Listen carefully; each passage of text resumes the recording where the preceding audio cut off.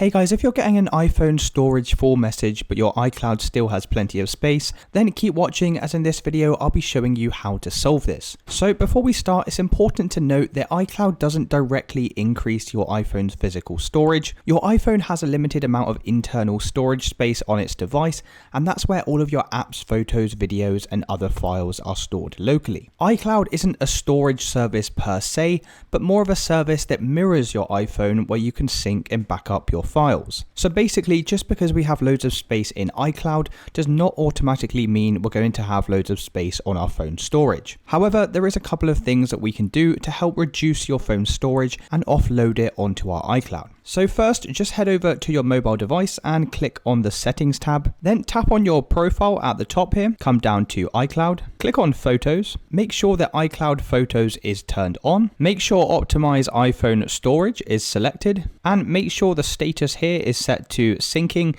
If it's paused like mine is here, then just go ahead and press sync now. Then come back out of this window, come back over to the settings menu, come all the way down to general, come down to iPhone storage, and here you can see all of the applications and files on your device that's taking up all of your storage. So this can be quite useful when trying to save some space. But what you can do here is come down to your applications at the bottom here. Make sure your apps are sorted by which ones are consuming the most amount of data. Then go down this list of applications, and if you see any apps inside of here that you don't use on a day-to-day basis, then what we can do is just click on the application like so and click on offload app. Confirm by pressing offload app, and what that's going to do is it's going to free up storage that the app's using, but it will keep all of its documents and data. And the next time you do load this application up, all of your data will be restored. It's just a nice way to basically save data on any application that we don't really use too often. Obviously, you don't want to do this on applications that you use day to day, but some of these applications that I haven't used in weeks, we can definitely safely do it on some of these. And it's as simple as that, guys. Hopefully that helps with the iPhone storage full message. If you did find this video helpful, then please consider dropping a like and subscribing.